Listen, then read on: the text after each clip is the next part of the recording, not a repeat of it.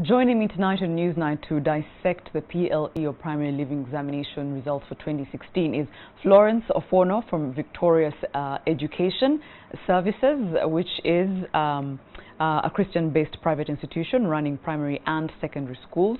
Good evening, Florence. Good evening. And they also have Mary Goretti Nakavugo, who's the country manager for UWEZO. Good evening. Good evening. UWEZO is an initiative that aims to improve literacy and numeracy skills in children. This is not just for Uganda, it's for East Africa. And the results are out for 2016. I looked at them and I remember the last time, I mean, when I was doing PLE and the results were out, not much of a difference, especially with the subjects that are well done, especially with the male beating the females in certain subjects and overall. And I'm thinking, this is years later.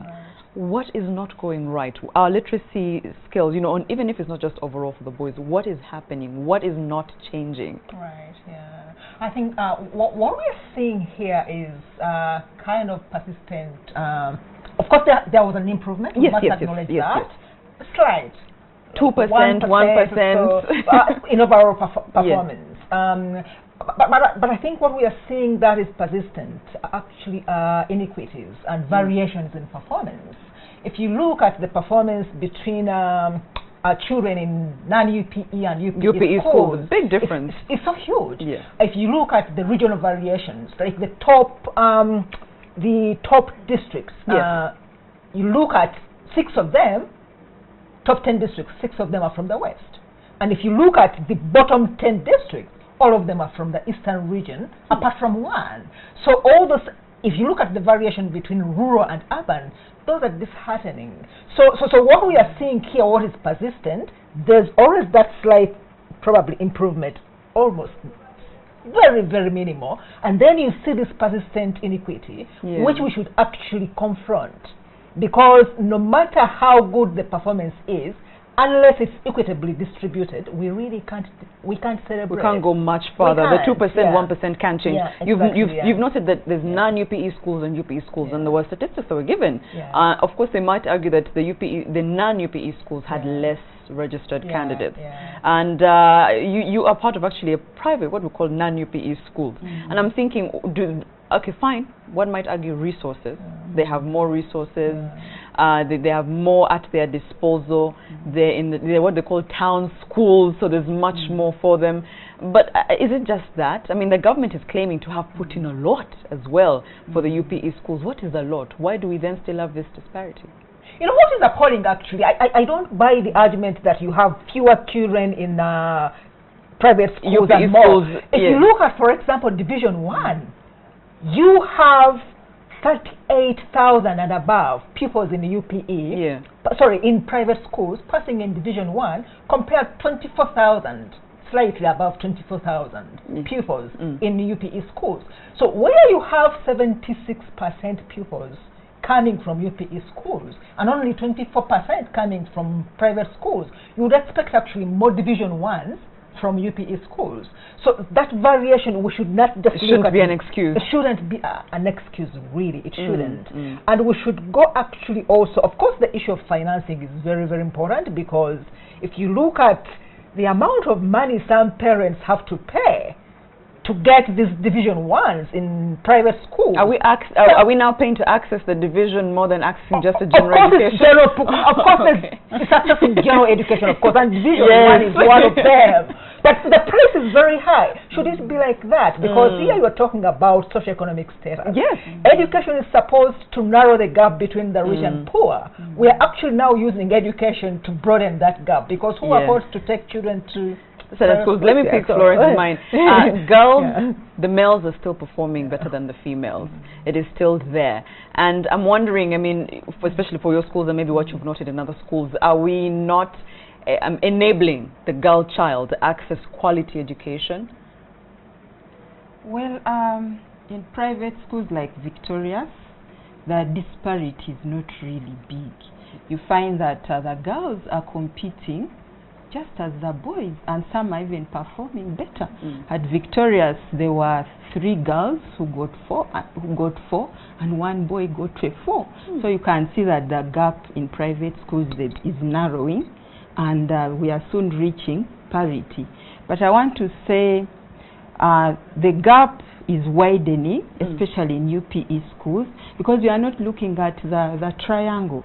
Education is a triangle where we have the teacher, the parent, and then the pupil. So you find that everybody has a role to play. Definitely. As a pupil, we need to look at the child's welfare. We need to look at the feeding. We need to look at the clothing. We need to look at the scholastic materials. Which goes back to... Which goes back to the parent. To the parent. Yes. The environment. What kind of environment is this child exposed to? A girl child will need changing room, will need some facilities which are not there in the government schools. But as a private school, Victoria's Education Services has provided all those facilities for the girl child. Then you find that also we look at the head, the heart, and then the hands. So you empower this child to get a wholesome education. Yeah. When you look at the teacher, you see that you need to have a competent teacher. You need a teacher with good character. You need a teacher who is motivated. You need to pay them well. You need to look at the which is still having a question mark. Which is still having a question mark. We need to have that good teacher-pupil relationship. And this works well for a girl child. The parents, you need to meet your role. As a parent, you need to pay, you need to provide, you need to have time for your child, you need to nurture this child, you need to talk to this child. A girl child, you need to understand what are those adolescent issues this child has. So it helps to narrow that gap. Thank you so much. And you've noted on what I think we need to listen to and see for good quality education. I'm going to come back to you, Mary, as we're winding up. Your organization is looking at quality. Yes. And after looking at these results and noting the persistences, as you've called them, what are we looking at? What are the key highlights that where the government, parents, teachers need to look at to get quality in the future in our education? It's actually a big package. My colleague here talked about the role of every stakeholder. Yes. Everybody has a role to play, but we should not forget that the primary role, not sole, but primary role of providing quality basic education really lies really highly, greatly with government. I was worried you were going to say that. Okay. No, it's not. Because government is saying the family is not doing its part. I'm saying we all have a role to play. Yes. But for example, if you look at the quality of teachers, who is responsible for the quality of teachers? Government. It's government. And of course, the messages that we send as government or politicians also influences how the community or the public reacts. If you say that I gave out UPE, everything is free. The teachers asking for better pay. Everything is free. The parents will think everything is free. Yet, as she said, we all have a role to play. And unless that is actually realized, but also all of us who have the primary responsibility to ensuring that... Play our part. Yeah, because you know what? Parents are now resorting, those who can afford, to private schools because they think that is where quality is. That is a misconception. I tell you, if we all do our role and we ensure that the focus is on free quality primary education, parents won't have an option. Because even when you take children to public schools, the quality is there, but at the moment if you see the results from PLE and UWEZO results, the variation is big. So there's this thinking that quality is only in private schools. Definitely. That's Mary Goretti from UWEZO saying that quality, yes, we can all provide quality in our roles, but it actually has to start from government. That's it for Newsnight.